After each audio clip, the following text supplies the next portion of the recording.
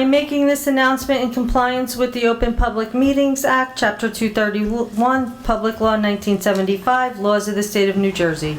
The Borough Clerk has prepared a schedule of the meetings of the governing body of the Borough of Kenilworth for the year 2026.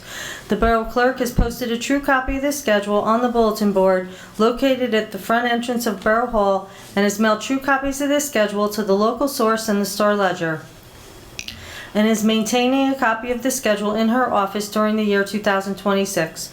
Accordingly, the notice requirements of the Open Public Meetings Act have been satisfied in regard to this meeting. Please stand for the Pledge of Allegiance. I pledge allegiance to the flag of the United States of America and to the republic for which it stands, one nation, under God, indivisible, with liberty and justice for all. Roll call. Mayor Karlovich. Here. Councilman Boyle. Here. Councilman Finestrella. Here. Councilwoman Giordano Paserno. Here. Councilman Morrow. Here. Councilman Scarice. Here. And Councilman Piper is excused. Okay, I'd like a motion to approve the minutes of December 3rd, 2025, and the executive session, and also December 3rd, 2025, and the executive session of December 10th, 2025, special meeting. Motion. Motion made by Councilwoman Giordano Paserno, seconded by Councilman Boyle. Roll call. Councilman Boyle. Yes. Councilman Finestrella. Yes. Councilwoman Giordano Paserno. Yes. Councilman Morrow. Yes. Councilman Scarice. Yes. And Councilman Piper is excused. Okay, I have a proclamation this evening. It's Human Trafficking Prevention Month. We all know how serious this issue is. Whereas human trafficking is a grave violation of human rights and one of the fastest growing criminal enterprises in the world, exploiting millions of individuals, men, women, and children, through force, fraud, and coercion for purposes of labor and sexual exploitation. Despite significant legal and policy efforts, human trafficking continues to affect communities across the United States, including New Jersey. Victims may be of any age, gender, or background and are often manipulated, threatened, or deceived into situations that strip them of their freedom and dignity. Public awareness and education, especially when informed by the lived experiences of survivors, are critical tools in preventing trafficking, recognizing warning signs, and responding appropriately when exploitation is suspected.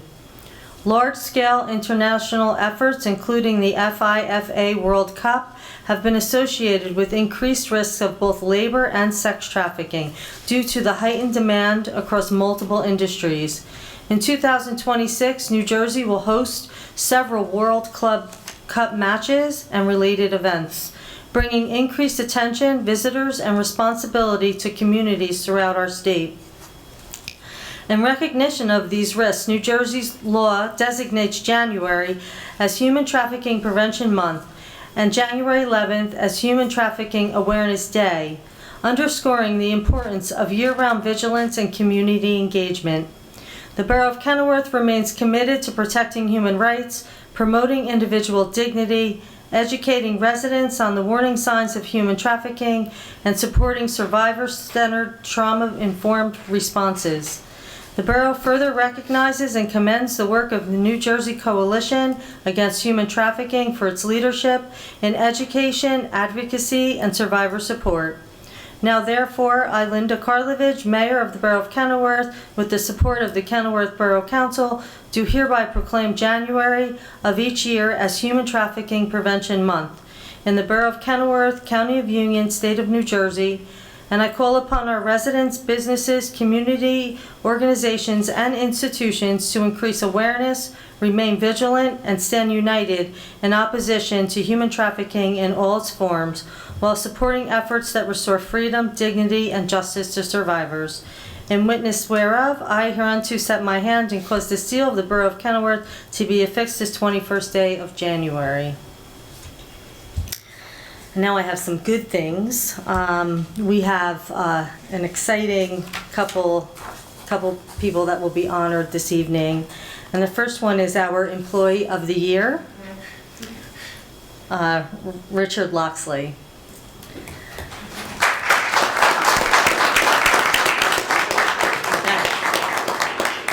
Tonight, I have the privilege of recognizing someone who truly represents the heart of public service in our community. Richard Richie Locksley has served the Borough of Kenilworth since June of 1987 in the Department of Public Works Sanitation Division for nearly 40 years. Richie has shown up day after day with dedication, pride, and a quiet consistency that makes a real difference in the lives of our residents. Richie is more than a familiar face in our neighborhoods. He is someone people genuinely know and trust. When he is not on his route, residents often ask about him. That kind of connection doesn't happen by accident. It comes from years of kindness, reliability, and treating people with respect. Within the Department of Public Works, Richie is known as someone you can always count on. He is hardworking, dependable, and always willing to step up with extra help when extra help is needed. He never refuses a request, and it is rare to see him without his trademark smile. Both our Department of Public Works Superintendent and our Borough Administrator hold Richie in the highest regard, recognizing his strong work ethic, professionalism, and the pride he takes in serving Kenilworth. I share that sentiment, and I know that our council and residents do as well. On behalf of the Borough of Kenilworth, the Mayor and the Council, and a very grateful community, it is my honor to recognize Richie Locksley as the 2025 Employee of the Year. Richie, thank you for your many years of service, for the example that you set, and for the care you bring to our community every single day. Congratulations, and please join me in congratulating Richie with a well-deserved round of applause.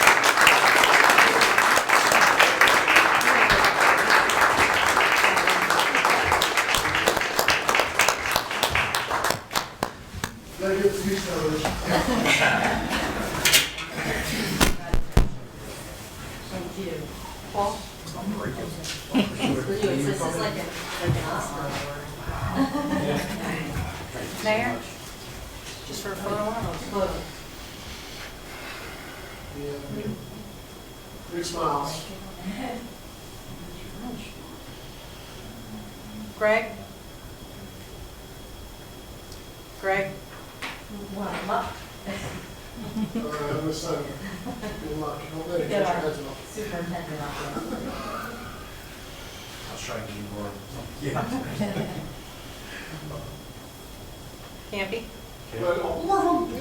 Yeah. All right, smile I there. need an official photographer. Don't we have one? Very good. One last smile, someone reach your last.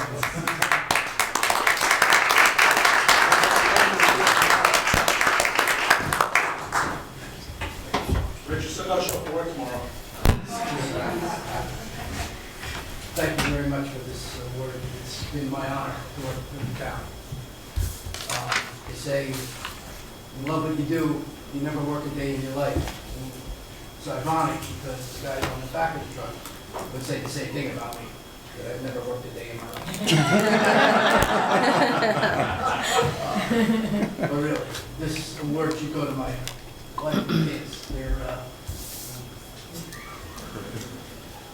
I signed up for this, but they're the ones that, were without me whenever I had to go plow or do whatever I had to do. But next to my wife and kids, this is the best thing that ever happened to me in this job. Honestly. Aw. Thank you so much.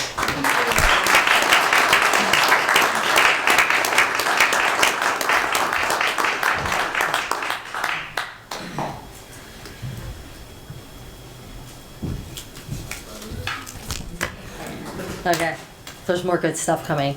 So when I was thinking about the Volunteer of the Year, there's so many people in our community that do so much, but there's one person that popped in my head almost immediately, and that was Mary Ann Gasper. And I'm proud to honor her.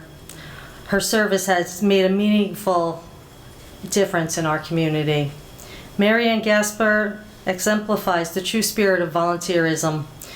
Through her consistent dedication and willingness to serve wherever she's needed.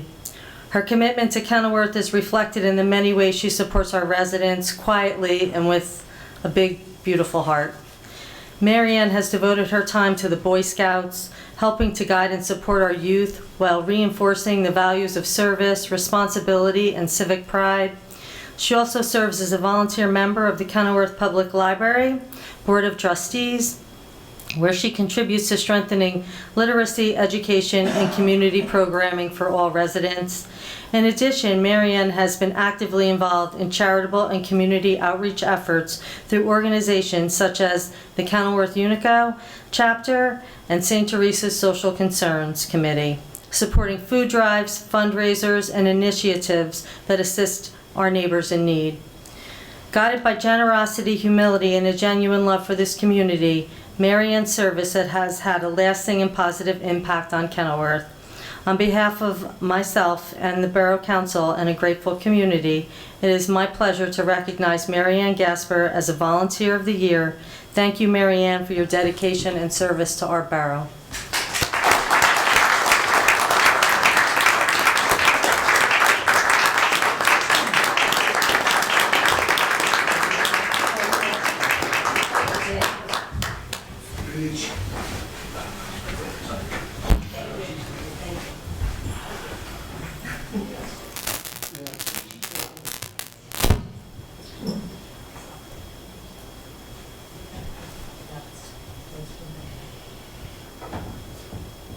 You ready? 1, 2, 3.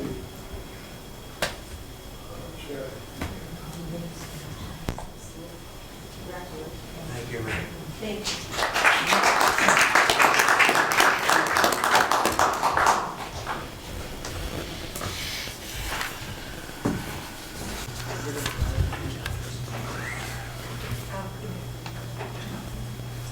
Okay. And I'll just note that we did not do a Volunteer of the Year last year, so we are going to be doing that to make up for that. The person wasn't able to come this evening, so. Okay, I'd like to move on to the Finance Committee. For the report, Mayor? Yeah, Yeah, Councilman thank you. Morrow. Sure. Sorry. Okay, a few current activities to report on that are going on in the Finance Department and some recaps of items on tonight's consent agenda. First, the Finance Office and our auditors have been working on our annual debt statement and annual financial statements that will come back to the council once the reviews are done. Our Finance Office, auditors, and bond counsel, have been working on our bond sale. We do have a related resolution for that tonight. That's 26, 50, and 51. The sale of this bond will permanently finance our existing debt, taking advantage of the expiring debt and leveling off debt service for the next year, avoiding spikes to that debt service and the budget. The bond sale will be a public bid to get us the best possible interest rate, and that's being voted on tonight. Resolution 2659 is addressing the mandatory increase for minimum wage requirements. And finally, Resolution 2666 is on tonight's agenda to ensure that we have construction code coverage for all of our inspections, especially the CoreWeave and the Onyx projects that we expect to come up this year. A little bit of an emergency measure here to get some staff in. And that's all from the Finance Committee tonight. Thank you, Councilman. Department of Public Works, Councilman Boyle. Thank you, Mayor. During December 2025, the department incurred the following time off: 104 sick hours, 254 vacation hours, and 76 personal hours. During December, the department incurred 565 hours of overtime. Much of the overtime is snow plowing and salting for the 2 storms. 125 tons of road salt was used. We disposed of 275 tons of trash for a cost of $22,000. Recycled 29 tons of commingled bottles and cans for $2,125. Recycled 48 tons of cardboard and paper for a rebate payment of $717 to the borough. The next bi-weekly borough cardboard and paper recycling will be on Tuesday, January 27th. The next bi-weekly wide recycling of bottles, cans, and type 1 and 2 plastics is Tuesday, February 23rd. And the facility is open on the second Saturday of every month from 7 a.m. to noon. The next open Saturdays will be February 14th and March 14th, and that's all I have. Thank you, Councilman. Department of Public Safety, Councilman Finestrella. Thank you, Mayor. For the month of December, Kenilworth Police Department responded to 1,361 calls for service and 249 911 calls. There were 326 hours of overtime for the month, and the OT breakdown is as follows: 158 hours for scheduled patrol overtime, 108 hours of dispatch overtime, 18 and a half hours of DB call-in, 27 hours of SWAT call-out, 4.5 hours of municipal court, and 10 hours of Arrive program. Kenilworth Police Department completed 160 hours of training, issued 139 summonses, and 7 arrests for the month. There were 24 sick days, 0 sick occurrence, and there were 16 on-the-job injuries. Hours of 16 hours. Kenilworth Police Department received 50 flock hot list alerts from stationary cameras throughout the borough. Message from the chief. Kenilworth Police Department is requesting residents to work with Kenilworth Police Department and the DPW during snowfalls with accumulation. We are aware that parking is difficult in several parts of town. Please follow borough ordinance on parking during snowfall. Please move your vehicles after snowfall to avoid becoming snowbound. The KPD officers are issuing summonses to snowbound cars and vehicles parked for extended periods. Please clear snow off your vehicles to ensure safe driving for you and other drivers.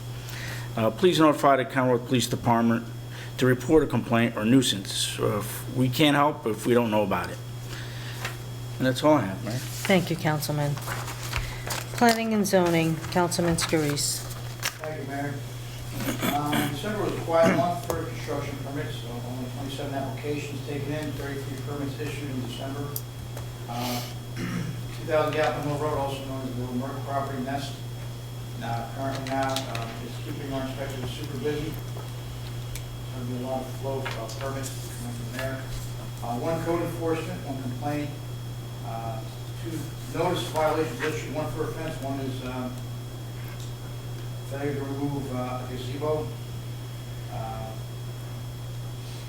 Permits processed. So we had 7 applications received for December. Elizabeth Town Gas, putting in another main, Market Street, Fairfield Avenue, South 31st Street, West Sumner Ave.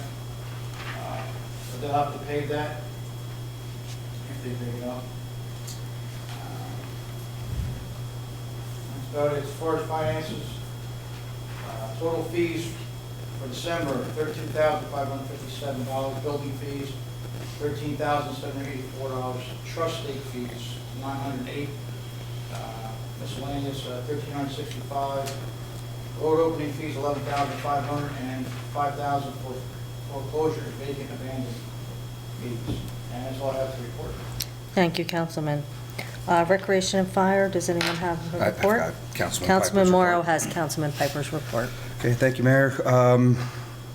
For rec, no report, but I know basketball is in full swing, and if you're ever in need of something to do for 45 minutes and you want to see the most heart put into about 22 points total score for the entire game, that's where you want to be, Harding Gym.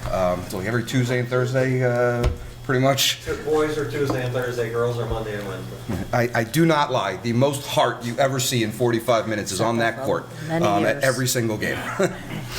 For the fire department, I do have Chief Scuderi's report. During the month of December, the fire department responded to 38 calls. During these incidents, the fire department traveled 104 miles and utilized 115 man-hours.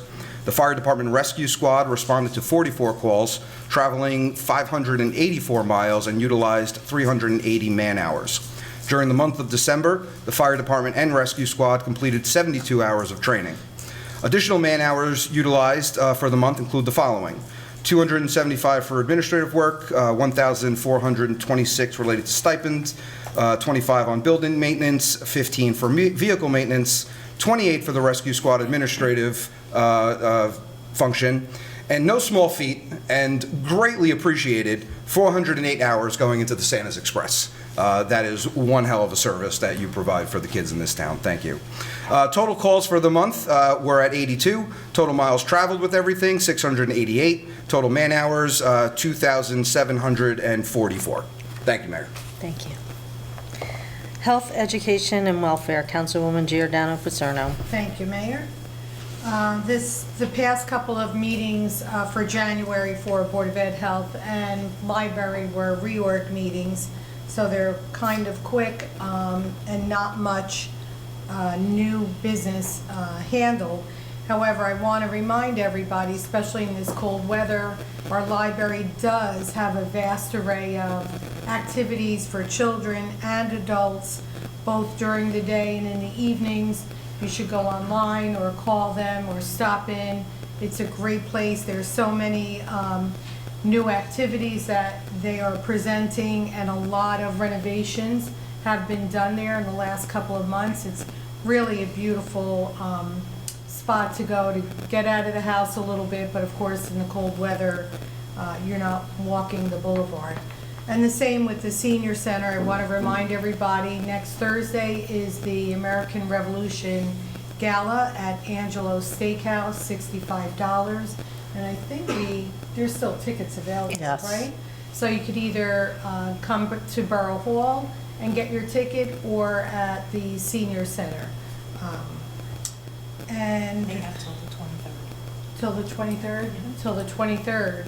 So I believe they had space for 75, and there are still seats available. And let me think, is there anything else? No, I don't think so, so that's all I have. Thank you, Councilwoman. Borough Engineer. Thank you, Mayor. Just a couple updates, not much going on this time of year. As you know, we awarded the contract for the sidewalks, boulevard sidewalks. We have all the paperwork in hand, bonds, contract, insurance, certificate. At this point, we just need the weather to break. So as soon as the weather turns, we can get them in right away. There's nothing delaying that. All the paperwork's in order. The paving on Monroe Avenue also got delayed because of weather. Obviously, that's, again, all ready to go. We have all the bonds, paperwork's all in order. Just once the weather breaks, we can start that also. The walking path at DeMario is substantially complete. Again, due to the time of year, they weren't able to do the restoration along the side of the path, which is just replanting the grass. We're doing what's called to reinforce earth. It's a mesh that goes into the grass, which allows vehicles to drive on it. So that will be done again in the spring. And we've just continually answering or responding to complaints again regarding flooding and drainage. They just come in on a regular basis. We address them as they come in. We work with DPW trying to evaluate what's going on. Unfortunately, a lot of these are just a function of capacity in the system, a function of, again, we've talked about this 100 times, the levels of the stream. When the stream rises, a lot of times it surcharges through the pipe, gets into the street, and again, there's really nothing we can really do with that. So, we look to see if there's anything physically going on, a clogged catch basin, a collapsed pipe, something like that, because if there's something physical going on, we can fix that. But things like, again, just capacity, large storms, rising streams, again, as we've discussed, there's not much we can do with that. So, but, we look at them as they come in, we respond to them and see if there's anything that can be done. So we don't leave them hanging. We look at them, see if anything can be done. Sometimes you can, sometimes, we can't. It just depends on what's going on, so. Do we have an update on the sidewalks? What's that? Sidewalks? Yes. When will they, they're still supposed to be getting done in the spring, right? Yeah, they're all set up to go. It's been awarded. Again, we have their bonds, insurance contract, Okay, that's in place. good. It's just a matter of weather. So, as soon as the weather is good, they can come. There's nothing holding them up at this point. They're good to go. So, Okay, great. yeah, we'll get them. And as you know, it was awarded to AA Burns, the ones we've Yep. done the work previously. So we're pretty confident they'll do a good job. Yeah, they do, they are good. Okay. Tony, cold weather, does that affect the striping that we need to do over at the senior center? I realize snow would. Unfortunately, yeah, that's going to get delayed till we get the snow's gone. I mean, it can be done a certain, not like too cold. If it's high 40s, we can probably do it. If it's freezing, probably don't want to do it. Oh, so we might have to wait till April. Yeah, it's probably gonna have to wait. I mean, if the snow melts, we get a warm spell, we can do it, but at this point, we're getting more snow, it's not look like it's melting anytime soon, so Yeah. we tried to get that in before the weather, but it just didn't get in. So as soon as that's another one, as soon as the weather breaks. But that's one, even if it's, the snow melts, we get a warm week, we can get in. As long as the weather's, temperatures in like 45 plus, we could do it. Just can't be snow on the ground. And this contractor's coming back to do it over, not for another fee? No fee, no additional fee. There was it has to be adjusted, he understands that. There's no additional fee. He was ready to come back and do it, he just couldn't get it scheduled before the snow, so, Okay. no additional fee to the borough. Thank Okay. you. No problem. That's all I have. Thank you. I got a question, John. With regards to flooding, is there a possibility you can probably reroute it? I know everything drains into these little streams that, they're way full capacity. I know we're saying that the residents have to clean it up themselves. But is there ways, like, nothing really ties into the boulevard? Is that like a large main there? Is that something possible in the future? Maybe you could give little streams some relief or something? It depends on the pitch, anything that drains away from the boulevard, we would be bucking grade to get it into the boulevard. It just depends on elevation wise. Keep in mind, the boulevard that's a county system, so we would have to get permission from the county to tie anything in. They probably would be very reluctant to want to take additional flow. That's not going in there now. So if we were trying to divert water that wasn't going into their system currently, take that water, put it in there, they would be reluctant. But, it's always a possibility. It would be a task, though, I think. But, And maybe that would be the only solution in some cases. yeah, this question came up, probably 10 years ago. And, there was what could be done, globally in the borough. The problem is everything drains ultimately goes to the Rollway River. Once the level of that river rises, there's no water to go. So even if we were, put a whole new system in, run it to the river, the river rises, it surcharges through the pipe, it's nothing, there's nowhere for it to go. That's the problem. Again, I always said before, the ultimate solution here is if they ever can implement the flood control project for the entire basin. And that's been a discussion for 10 years. And that's really the solution. If they can ever get that done, that will lower the flood level of the river, which will basically allow all these systems to drain better. So you're saying coordinate South Mountain with all these other, levers, because they seem to release randomly, and then actually cause flooding one time. South Mountain must have released a lot of water, and we were fine, but they had waited a little longer, maybe they couldn't, then they kind of released it, and it's like it flooded the way after the event.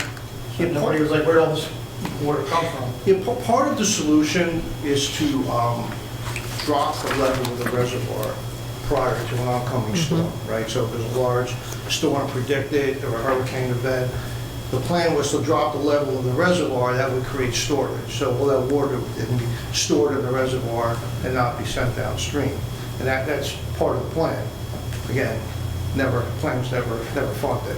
So Where's the log jam? It's just funding? Or how do we revive it? it's funding. It was funding. It was first proposed on a federal level.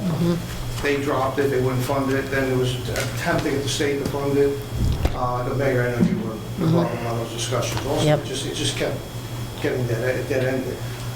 It's funding. It's design. They know what to do. The Corps of Engineers spent years studying it. They had alternatives. They came up. Everyone along the river agreed, we finally had a plan, Yeah, and the funding was dropped on a So- federal level. that's the problem. If they never figure out how to get it funded, that would be that's the solution. And I tell people that, pressure your representatives. Try to get it, try to get that funding in place. Tony, that funding was canceled a few years ago. Yeah, it was never put in place, actually. In other words, the Army Corps came up with this plan, They put a dollar figure on it, I forget what it was, you know, it wasn't cheap. a lot. But never could get Congress to agree to you know, to allocate the funds. So the funding was never actually in place, it just never got there. Do you know if any of our congressional reps along the river here are making a case for this? Yes, they are. Which ones? Because those are the ones I think we want to call. Yep, I know Yeah, Cory absolutely. Booker is. I know Cory Booker is. Malinowski had his finger on the pulse on this, and then he lost the election. That really was when it stopped pretty hard. And I know Cory Booker has picked it up again, but I don't know how much. Malinowski was driving it really hard. I've reached out to Cory Booker, Yeah. just sending a constituent email to him. No response, but it usually comes months later. If there is a list of any congressional reps or Senate reps that are pushing for this on behalf of the constituents in New Jersey they represent, I'd like to know who they are. If you have the list, because it would be great for all of us to tell them what's going on. It's a regional problem. We'll take a regional solution. At that point, we need the federal funds. Yeah, I agree. I mean, I tell you, even residents should be putting pressure, you know. Yeah, definitely share that with them. Yep. This the guy. Yeah. With all of them. Yeah. Every day. Yeah. I tell people, when people, you know, call me, I got to talk to them about the flooding and all that, I tell them, like, this is where the solution is, and Right. call your representatives, tell them, you know, we need this put in place. I mean, it's a lot of money, but in the grand scheme of things, it's really not, considering the New amount of Jersey money- gives more than we get back. Yes, we so do. It's Yes, we time do. to make the calls. And the amount of money that's spent by the federal government, I mean, this project is a drop in the bucket at the end of the day. I know it's I forget what the number was, like 100 million or... It's a lot. It was a lot of money, but a lot of money for a town like Kenilworth, not a lot of money for, you know, the federal government. 100%. A lot of money to spend. Probably a lot of things, a lot of stupid things, and this is really a project that really is important to a lot of people. So, I agree. I can, you know, I can let you know. All right, thank you. Yeah, that would be good. What's the official name, Broadway River or something? Rollway River. Rollway Valley, Yeah. River Shed. I have it in my phone. Yeah, there's I'll actually a send it website. to you. I don't know if that website's still up. I know it was up for a And while. Dan Ashenbach in Kenilworth, I mean, in Yeah. Cranford really spearheads it. I'll say, I have it. I have it too. I'll send I to can you. pull it up. Distributed to everybody, actually, just the information. It's a little dated now. They haven't really updated it lately, but it'll show you. what- Rollway River flood mitigation. It's sitting there, it's on the shelf. I mean, it could be Yep. implemented. You know, it's designed, they know what to do, know how to do it. Army Corps, they know what to do. You know, they're good with this, they know what to do, but it's all down to money. One last question. Remember, I know over summer we talked about 6th Street, there was a pipe that might be collapsing and it's causing flooding on 6th Street. Did you guys ever get a chance to look at it? Is the pipe collapsed? Did you run the camera there? I haven't got a chance to get to it. Okay. I'm sorry. All right. just Yeah, see if well- there was any- Take a look at that. I wasn't aware of that one, but yeah. Yeah, there's, in the middle of 6th Street, there's only 2 grates, there's no other grates, none on 7th Street. But that drains into like a 14-inch pipe, and there's a low spot in the property, which maybe it's collapsing, which could be causing it to back up, because it never backed up as bad as it's doing now. Okay. I'll coordinate. Even before like the river, Yeah, sure. Preston, which obviously you can backflow, but Right. as the street flows, and it's just not even reaching the stream. So it could be, I mean, if it is, then we know at least what that little subsection issue could be. Take a look at it. Okay. All right. Thank you very much. Thank you. Thank you. Borough Attorney? I have nothing to report. Okay, thank you. Administrator, Borough Administrator. Thank you, Mayor. The 2026 license review for all personnel authorized to operate borough vehicles is currently underway. The $50,000 county infrastructure grant closeout report has been submitted and approved by the county. The onboarding with the borough's new IT services provider, NSG, is progressing well, and the owner, John Lucic, will provide a status update during executive session this evening. I was able to identify and apply for a community challenge grant. Again, I'm kind of chasing funding for the proposed Greetings from Kenilworth mural for the side of the rec building. That's going to be announced probably, I think that was in May, so I'll keep everyone posted on that one. I reached out to the rec department and the rec committee for input for the upcoming local improvements grant submittal. Once I get their information in and start to formulate a plan, it'll go to the finance committee because that's a matching grant. And with support, there'll be a resolution on for the next meeting authorizing the submittal of the grant. See if anyone's interested in purchasing AmRev 250 Challenge coins or tickets for the gala, please see me after the meeting.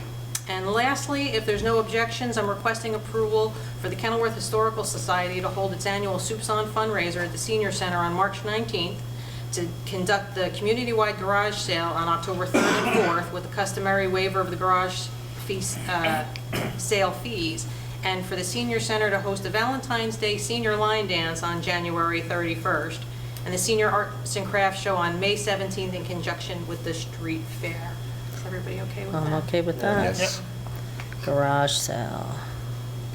And that concludes my report. Thank you. Thank you.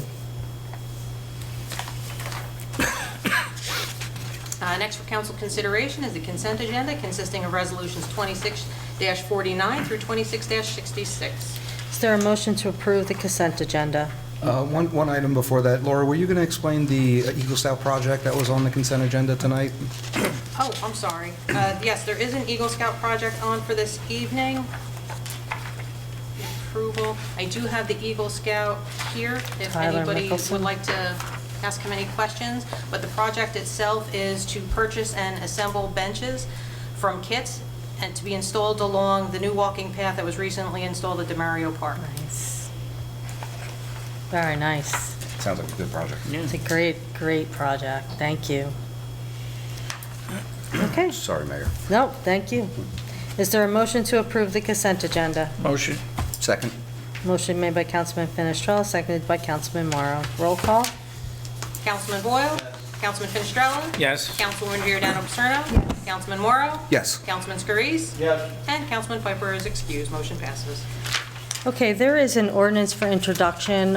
Prior to that ordinance, there hasn't been any council discussion on this ordinance before tonight. So I know that there's several people, including myself, have some questions. So just so everyone understands what we're talking about, it's an ordinance that clarifies and standardizes the rules for storing recreational vehicles in residential zones by allowing one owner-occupied RV per property, requiring it to fit entirely on the driveway or rear yard, stay out of the sidewalk, and comply with size limits to protect neighborhood safety and residential character. So, so currently, we allow 18 feet by 10. The proposed ordinance would allow a 38-foot by 15 vehicle. Yeah, if you don't mind, Yep, this go ahead. ordinance did come from me, so I can give you a little background on what's going on.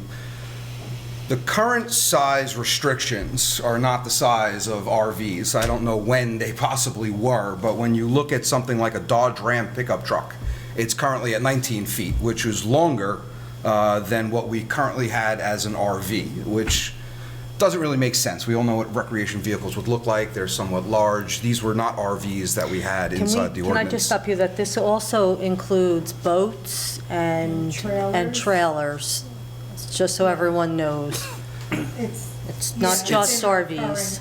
Ordinance. The self-propelled recreational vehicle, you're saying includes boats? Well, Yeah, it's in the this- same it's in the ordinance. same Trucks and ordinance. vans. But we're only revising paragraph C of said ordinance, so it only applies to the recreational vehicles. We weren't really touching anything other than Right. those types So of it's only going to vehicles. apply to An RV. An RV, okay. Correct. Okay. Yeah, and That's good for you can clarification. drive around town, and, you know, I'm not putting anybody on the spot, but with the current height and length requirements that we had in the ordinance, we have people violating these things. And, you know, I'm a resident here in town, and I would love to have an RV, and I wouldn't want to make the mistake of buying one and then violating the policy. And it looks like a lot of people have already done something like that. So what we were doing here was trying to have the ordinance match what average RVs actually are in today's day and age. So that's where the height and the length requirements are coming from.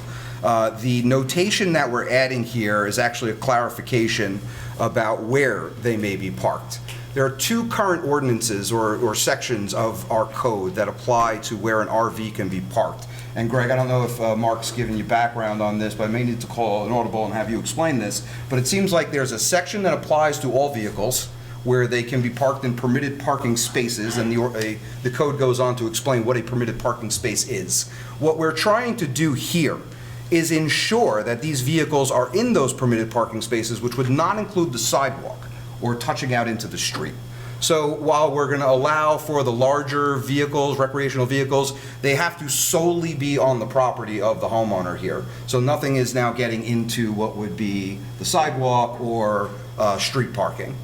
There's nothing we're doing to change the rear yard on the grass permission that's given here. I'm not sure anybody's doing that now. I wouldn't be in the back of their homes to see them.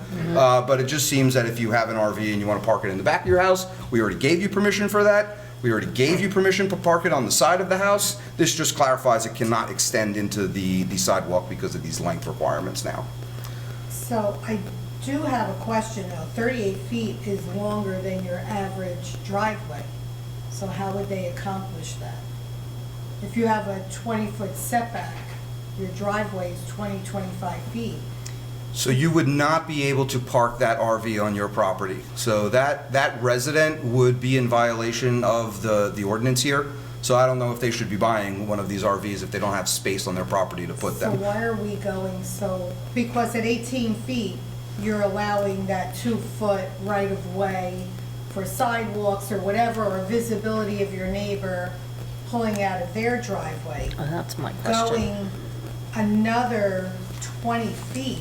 We're not allowing any RVs to extend past the person's driveway. So if you're in a situation that you're describing where it's a 20-foot driveway and you've purchased a 38-foot RV, you have to find a place to park that. You cannot park that in that driveway. And that's why we made that clarification here that the vehicle cannot extend past the driveway into the sidewalk for that exact scenario, Tony, that you're bringing up. Yeah, Okay, so- I'm just curious, why are we going 38 feet? I have a question. I don't know anybody in Kenilworth that has a 38-foot driveway. I do. It's happening. So how does this apply to homes that don't have sidewalks? Because there's a lot of them. Most of the properties on the south side of town do not have sidewalks. Right. So now you have in essence, a vehicle that's parked all the way up to the street. So how does that work when a neighbor wants to pull it out of their driveway and it blocks their visibility? So I think that this works if there's sidewalks, but if there has to be some kind of provision for homes that don't have sidewalks, and technically 10 feet off the curb is the borough right-of-way. Whether it's your driveway or not, it's still the borough right-of-way. So nothing should be parked from the curb to 10 feet up to your property. So there's a separate portion of our code that deals with the things that you're talking about, and we are not changing that. So you have to read this in conjunction, and maybe, Greg, this is where I'll ask you maybe to come in and explain some of that. This can't be read inside of a capsule, because what we're saying here is that it needs to be in a permitted parking space. What you're describing is somebody not parked in a permitted parking space. Well, I don't know, Because if it's on the borough right-of-way, or if extending out into the street, or even the sidewalk, you're violating the other section of code. Well, if it isn't, it could possibly, even with the 38 feet, if you have a driveway and you have a 4-foot sidewalk and 2 feet of median between the sidewalk and the street, that first 4 feet of your driveway is the borough right-of-way. I mean, look, I have a basketball hoop on my first 4 feet of my driveway, and the borough does not own that basketball hoop, and I'm not saying I've looked in code to see if I'm able to put it there, but I would represent the resident in this situation and say you So should how do have the we right to put what enforce you want on this? that. What's the rules for people that don't have a sidewalk? Can this vehicle be parked all the way to the end of their driveway, which in my case, at my house, is the street? My driveway, I have no sidewalk. Well, the way this is written is that the vehicle can be parked so long as it's lawfully parked where it's allowed to be parked. So if there's a sidewalk, then it's clear that it cannot infringe upon the sidewalk. If there's no sidewalk and that part is part of the parking area, then under this ordinance, it would be allowed to park there. But I think what Bill is saying, there's a separate ordinance which addresses that issue, and the two have to be read in conjunction. I think, I just want to understand, if someone has a 38-foot RV and they have a sidewalk, and someone that doesn't have a sidewalk wants to buy the same RV, how are they allowed to then park all the way to the end? Like you're saying, that 4 feet of your basketball hoop, so you're using that property. Are we also allowing the people that don't have sidewalks to use that right away for their stuff? I'm not sure that what you're talking about is really specific to the RVs, because, plenty of places in town, I've seen 2 pickup trucks, one in front of the other, in a smaller driveway like you're describing. Yeah. And these are 18 to 20-foot beds on the back of these, Which and they're they're not extending supposed to out. be, according So to this is not this ordinance. This is the one that's 2 pieces above it in the code, and I don't have the exact How- number. I have it. I don't know how we're going to enforce it if it's not being enforced already because they're being parked in driveways when they're not supposed to be. 2 that I know of, but they're not big like that. They're maybe the size of an SUV. It's a smaller, you would pull it with Yeah, a fifth and wheel. that's a good And question. it's not that high. I mean, it's almost like you're into the second floor. If 5 people of on the same somebody's block house. have a 38-foot RV, what does I the don't know why neighborhood we're look like? going that Well, big. I could tell you that it's happening already. I could tell you that I don't think we're going to have a Then flood why of don't we folks get our buying code RVs. enforcer out there? Well, I'd rather get in front of it to sort of protect the residents that are buying things to keep on their property. As a libertarian, I think that that's the right way to look at Think it. about it, Billy, if you're saying it's I happening have. already. Yeah. So people are already violating the law where it's a smaller vehicle, and now we're No, it's saying- not a smaller vehicle. What's So we happening have already at this 38 size, foot- I am also not aware of any complaints made to code enforcement because of it. Of course, It- because we're nice neighbors, right? But now we're changing it and saying you could go 18 feet high and 38 feet long. I 15 don't know feet what high, the- 38, yeah, but 18. 15. That's It says 15. here. The ordinance we're voting on tonight is 38 Oh, foot. 15 and 38, where Yeah. it's now 18 feet long and 10 10 feet feet high. high. So we're going 5 feet higher and 20 feet longer. Yeah, like I said, that's these a are, whole- these are the RVs of today. So in Yeah, but I think 2026, if you're buying gonna be RV, buying an RV and you're looking at the find averages. somewhere to park it. Yeah, see, It's gonna snowball what, down. can to I the play roads. devil's advocate and ask to you the if we trucks had and vans. one of those Mercedes Sprinter vans that are this size? Like, what would we be saying They're at not that point? 38 feet long though. You could buy them where they're pretty long, and I don't think they're 15 No, feet because high. it does talk they're, about they're in over here 10 feet high. limousines. That's the thing, that this current ordinance, the way it was written, would not work for common SUVs that you buy today, like a suburban-sized vehicle. You're right. They're big, they're long, the extended bed Maybe cabs. 20 feet, not 38. I mean, it's because we have, in E, it talks about limousines that shall not exceed 25 feet in length on residential premises, but they're also not, 15 feet high, 18 feet high. 15, I'm sorry. I mean, 15, you're in the second floor of somebody's window. That's big. I don't disagree, Right? but they're already here. Like, that's the thing. I have not seen any RVs this size. I mean, maybe, Not a 38 footer. no, I haven't. You I could drive haven't. around and pay attention and you tell look, me and where? you'll see them. So then Streets? maybe I mean, I instead see of camera, moving- sure. small ones. Why are Alright. we moving the bar instead of enforcing the ordinance? Well, because I think that people work hard and people want to buy themselves toys and things like that, and I don't think we should Find have places restrictions in our town. It's not something like having jet skis that you're going to use maybe once in a while. It's an RV. This is where That I sits think. there all winter long, so every time you have a snowstorm, it's piled up on there, and your neighbor next door can't see. I know of a few Because it's places in gonna- town where it's happening already. You can hardly see them. It seems that you all didn't notice them as you were driving didn't by notice these No, very I- popular streets. I have 'em. My Where it's neighbor- not a problem that I'm aware of. I'm just pointing that out because just because we're going to extend the length requirements and the height requirements, I do not expect a flooding of RVs to be showing up in town. This is a purchase that you would really spend time and thought to make.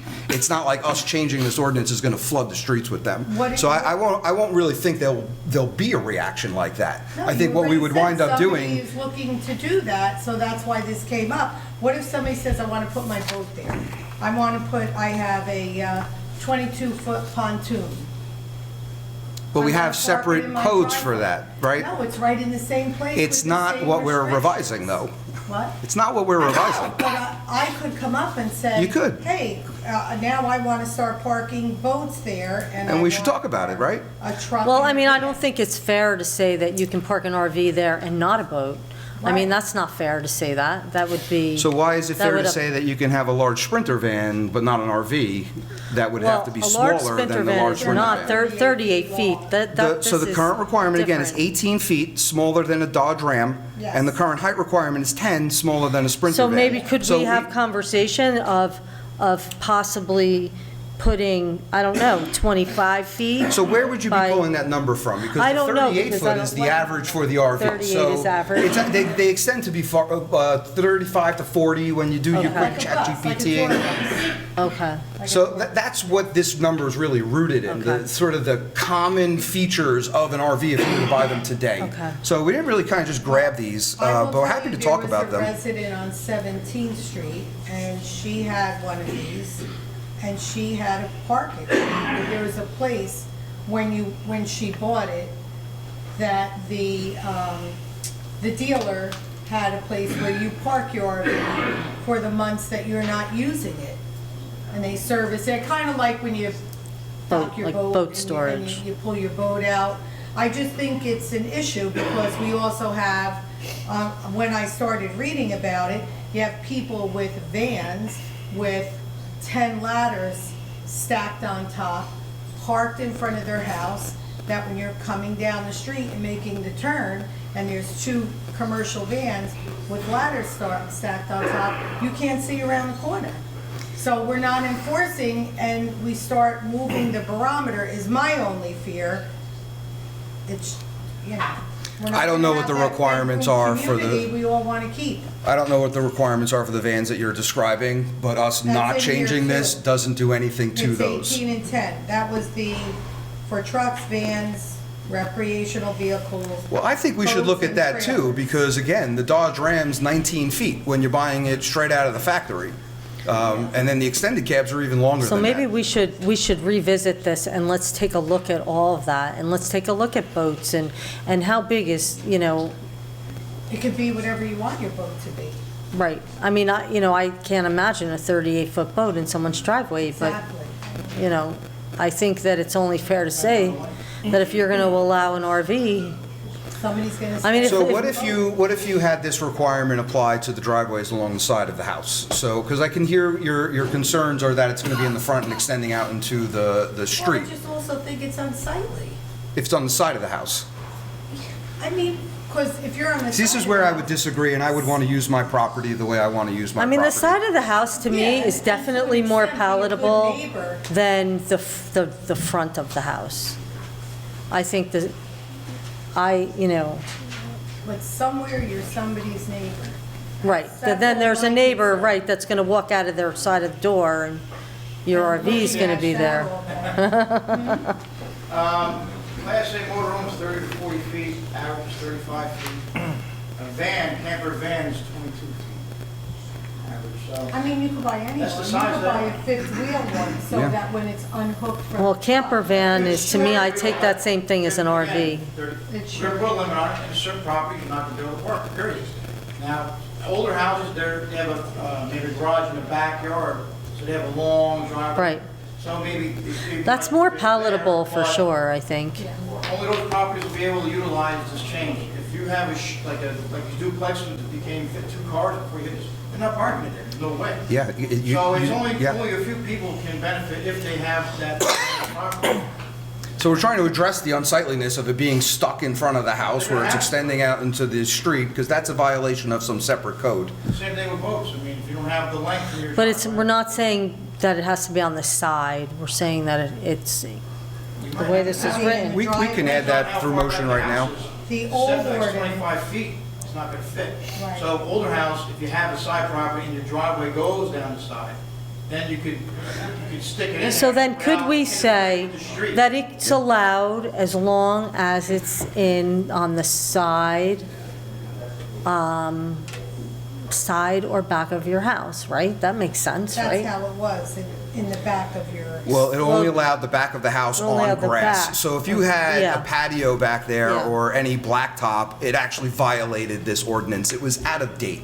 Right. So that needed to be addressed, So, And so it what says about that- saying, Grass, it's gonna sink. so I see what you're saying. If you have a long driveway that goes all the way to the back of your house, I mean, I grew up in a house like that, and you could easily have parked something like this in the house I grew up in on 22nd Street, back to the garage, and it would not, I don't know how the neighbor over there would like that in their backyard, but you could have done that, and I don't even think it would have hit where the house begins. There was a decent amount of property back there.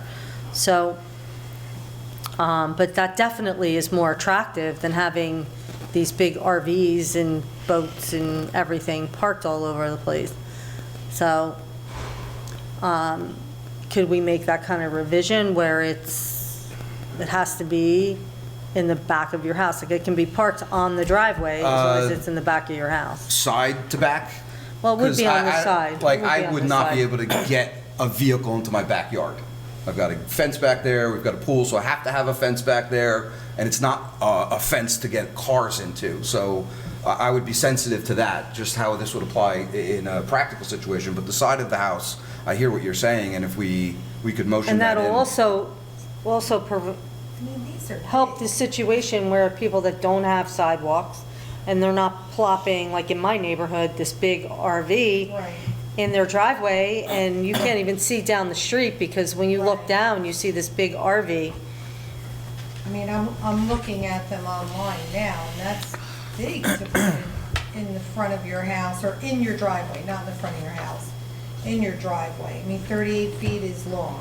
But I agree with Billy. I mean, the average SUV is 18 feet, 19 feet, but it's not as high, it's not as bulky. Now you're adding another 20 feet. Almost another to it. 20 feet. It's a house. Some capes in town are 38 feet long. You're putting another house. That's my only concern. I would not, I think if you're buying one, you figure out where to park it. I would be open to having this revised through a motion to talk about it specifically being the side of the driveway as a permitted parking space for these, not front driveways. It wouldn't fit in the front driveway. Well, that's, I think, the point, right? That if it's a 20-foot driveway, it's going to extend out further. So the side of the driveway, Like on Sheridan, they have, I'm just thinking about, you know, where the driveway butts up right to the next person's property, and someone walks outside their house. I mean, obviously, this is not going to be an issue for anyone that has a lot of property, but most people in Kenilworth do not have a lot of property. So if someone's walking out their side door and there's this RV right there, you know, I could see people not being happy about that.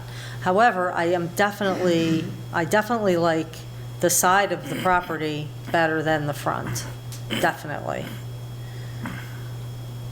You know, I don't think it's that attractive to see these big vehicles. And I agree with you, I don't think we're gonna have a run on RVs. However, it isn't attractive. I feel the same way about boats in people's yard, you know, it just They have isn't. them down the shore. It doesn't, Terrible. and down the shore, right, all over the place. Everyone has a boat right now on their front lawn. However, it's a water community, so, you know, we don't have that kind of demand here for that. And I don't think we have a great demand for these RVs either. well, we had an issue However- a couple of years ago where somebody had a boat on their commercial property, and they were told to take it off. Yes, I And remember, then they put it on their lawn, yes, and then it had to come off of theirs. So yeah. I'm just, you know, if it's all in one code and we change one, it's gonna open the floodgates. Mayor, if I may, Chapter 120 is a land use Mhm. ordinance, so anything that's introduced here tonight, tomorrow, whatever, also needs to go to the planning board. They have 30 days to review it and make their recommendations to make sure it's compliant with Right, but I land use. understand, thank you. I just want to make sure that what we're sending is something we're all we're all in agreement about, or at least we've come to the conversation or had the conversation where, you know, we've worked out all the kinks or the questions that. Well, how about this? Why couldn't the person who wants to buy that vehicle and thinks they have enough space to house it, go to the planning board like you would if you want to enlarge your driveway or put up a shed and present your case and then have it decided there, so it's on a case-by-case basis and we don't change it? I think we should ask our Couldn't that attorney. happen? Greg, would a resident be able to go to the planning board for a variance on the size of a vehicle to park on their property? A variance is basically, in its simplest terms, a deviation from the zoning ordinance. So if you have a zoning ordinance, that's the important part. So if you have a zoning ordinance that prohibits something and you're looking for a deviation from it, depending on the type of variance, if it's a C variance, it would go before the planning board. If it's a D variance and there's 6 of them, one of which is a use, it goes before the zoning board. When you go before those boards, what happens is, depending on the type of variance, the applicant has to get the affirmative relief. But when you go before a zoning board, which has D variances, you need 5 affirmative votes. When you go for a bulk variance, which could be granted by either a planning board or zoning board, you need basically the majority of the quorum. So the answer is, an applicant can seek a variance if it violates the zoning ordinance. However, that burden may switch depending on the type of variance it needs. For this specific portion of our code, would it apply to what you're saying, where they can, it is a Here, zoning ordinance and they can go? Here, it would most likely be a D1 use variance because the use would not be permitted. It's not a bulk where you're saying you need 15 feet side yard, 10 feet front yard. An I'll argument look up can be what made this that looks this would like. turn into a D1 use variance because the use itself, even though it's permitted to a certain extent, it's not permitted entirely. And then if that's the case, they'd have to go before the zoning board, not the planning board, and then they would need 5 affirmative votes. I believe our zoning and planning are the same, right? We've merged all that, yeah, so. Well, even if it's a combined board, the relief that's required still remains the same, if it's, depending on if it's a C or a D. All right, so that is an avenue, Tony. That's an interesting one. Yeah, because they just heard a thing about a bedroom, a garage conversion, because also in here it says you have to have a garage and you can't convert one. Yeah, I mean, it is very big. I mean, I am looking at it, right? It is So very big. That's an advantage, I mean, an alternative way. And if they have the property, I don't see why they wouldn't be granted it. So how about this? Let's table this because I think we need to work on this because what we're saying is an RV is smaller than my SUV. So that's just off. So I think it needs some updating. The application to the zoning planning board is an interesting one. So why don't we take another bite at this apple with maybe That's looking fair. at Sounds good. some of the things that are already in town. Well, I'll talk to some of you offline about that, just so we can see what we're dealing with. Mm-hmm. Yeah, and then I can take a Residents look. first, in my opinion. I hear you about the neighbors, but we already have people that have these vehicles. They're not causing a problem. I don't see this causing a run on RVs in town, but I can understand Do the we need a concern. that you motion raised. to Okay. table it? All right. Yeah, I I have think a we will. motion to I'll table. take a motion to table. Second. Motion made by Councilman Fenestrell, seconded by Councilman Giordano. Yeah, let's take a look at it. And Yeah. then we can maybe, what we normally do is Mark will draft up something, he can send it around. We can send feedback or call him with questions and then put something together for our next meeting, okay?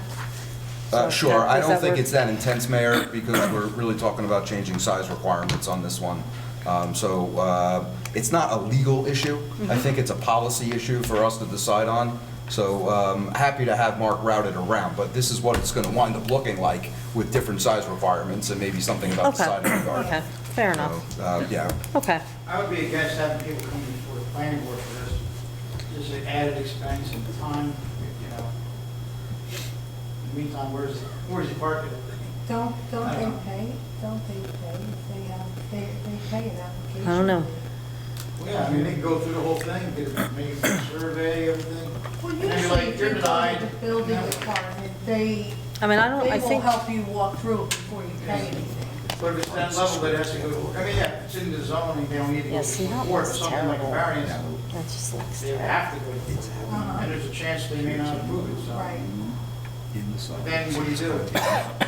That's not so bad, Well, I have because to you know know what? if I'm It's behind the fence, beforehand it's in the back, before I but buy this it. is If I buy it, now I not, can't park it. it's not affecting Then I the tip it the person other way, now I walking out gotta of pay their a house, certain right? month, maybe park it somewhere. Exactly. So maybe now I don't wanna keep it, maybe I won't get it.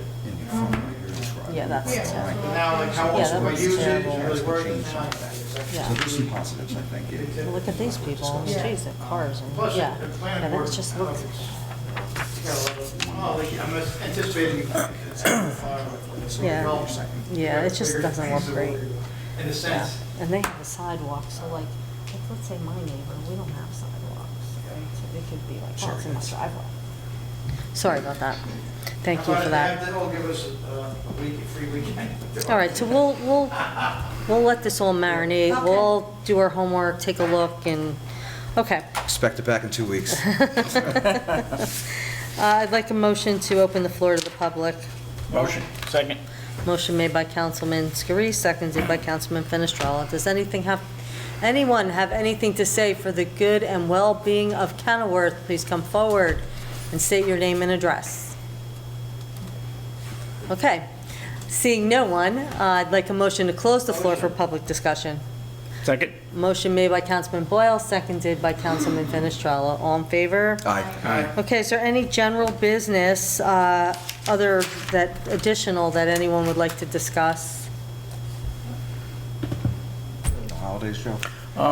Joe? February 2nd. Well, that's a general business. That's right. It's not general business yet. General business. With the snow coming, I don't even, you guys go out and plow a little? Hold on with your You gotta get the word holidays. out. to the We did good when we weren't here, you know. Does that Laura gotta do that? How's that work? It's technically not a That holiday. is, when you're talking about that Everbridge. Yeah, Everbridge. It's very limited, how many people actually have. sidewalk. Yes. So we have done out of our way at the police department, along with Laura and the borough, to try to put things out on social media. That seems to be the best platform to get that out. I have repeatedly done on my own personal page what the borough ratings is regarding that. I work hand in hand with the DPW to make sure that we're trying to enforce those constant problems of people not moving and allowing that. My guys are out there writing summonses, and we are towing vehicles. As I had Councilman Phil stress in my message to that work with us. We understand some people live in parts of town that the parking is tight. We understand that, but do us a favor of working with us so we can get these guys in there to plow, clear out the one side, get the cars on the other side and clear it out. The problem with the Everbridge is, we have, correct me if I'm wrong, Laura, do we have like 1,000 people that are in Yeah. that? We used to have, That's a lot. yeah, we used to have a lot of, when we had the old system, we had a lot of residents sign up for that. For whatever reason, I even brought this to the street fair, giving out flyers to people, sign up, sign up, sign up. And, you know, honestly, I'm gonna be honest, it's, I think more people are inclined to go to social media today for their information as opposed to their own phone. I have a People who question. actually use their own cell phone. can we put when you go on the borough website, right on the top, sign here, click here to sign up for alerts? Because it's on there, but it doesn't jump out at you. I mean, I'm gonna look I right honestly now. believe it's just the way people have kind of more adapted to using their cell phones as opposed to their home phones and stuff like that for messages. You know, they want to get their information instantaneously on social media. And we're doing our best to put it out there. I know we have this upcoming storm. We're concerned about it already downstairs. We're going to come up with some logistics to make sure that we do our best to make sure that the borough is serviced. Yeah, I'm waiting for mine, so I know if I. See right I here? didn't get Oh, I one. see. don't know if you It guys- is right here, sign Yeah, up. it is. Hey, we're Yep, gonna be plowing. Everbridge. The last few events. You know what, when the picture's there, If you're you don't see it, like I didn't see it at first and then it changed. So maybe we can we do that where it stays here? So, like, I didn't see that because Borough Hall was We're supposed So to it's go out just to- here. And I know we're working on it. I don't wanna We're make any talking to promises. I'm Captain not about it, that good with the so I'm trying to website. get- Okay, understood, all right, Those okay. who are signed up I mean, for it, it's there, people but, like I just need said, to use 90% it. Well, what happens is, Tony, I just went on there and there was Borough Hall there. I haven't, So it's not always on there. It fluctuates between Blackbrook Park and Borough Hall. Okay. They still, I can tell, nobody's moving their cars. I didn't see anybody moving their cars. I think people are The last really two events- confused about where their car should and shouldn't be, and the ordinance has changed in many, many times. We've tried to This is how it used to be years ago, and then it was changed to, we had, we're really changing it back. New snow ordinance signs are up.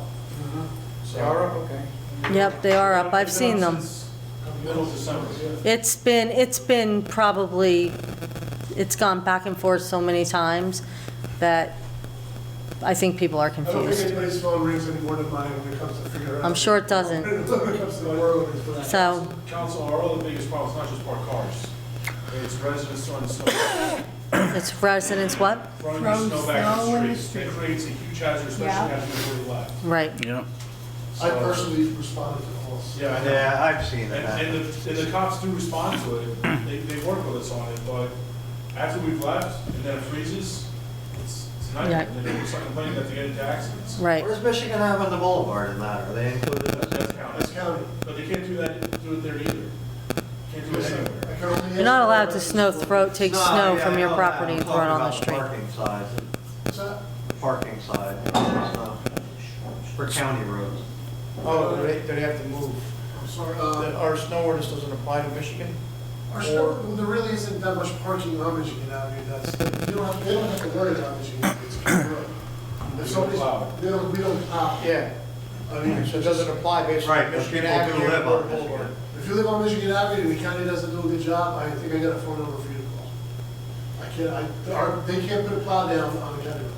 Correct me if I'm, No, we can. Okay, But it's not a side of the street thing, like, what's that? it's not a side of the street thing, like the, No. like the town. No. No. No, That's a good point. The county would prefer us not doing that. Then if, once we start opening up that door, you're gonna see them wanting us to do more of their job. But, You know, it's true. If you start asking the county to like put ordinances out for restrictions on whether it's parking or whatever, then they'll be like, all right, but you gotta maintain the signs, you gotta maintain the parking. you It gotta- opens up another door, we don't want to. Yeah, that's fine. Well, They're doing- Boulevard's they're doing wide it. enough All to right. get through. They do it to Rosa Park. Rosa Park has parking restrictions on county roads. And the county's like. Okay, let's stay on point here. I don't care. No disrespect. As an example, you It doesn't matter what they do there. I'm just saying, it's an example. Is there any other business anyone else would like to discuss? No? Okay. There's no need to go into executive session. Oh, there is? Up, The old abandoned bank, we have, they have not taken care of their snow at all. So it's all ice at the corner of okay. 19th. I'd like a motion to go into executive session. Motion? Motion. Second. Motion made by Councilman Giordano Paserno, seconded by Councilman Finestrella. All in favor? Aye. Okay. Happy Groundhog Day between now and the next council meeting. I just want to say that after executive session, there will be no formal action taken by the council. The council will reconvene solely to adjourn.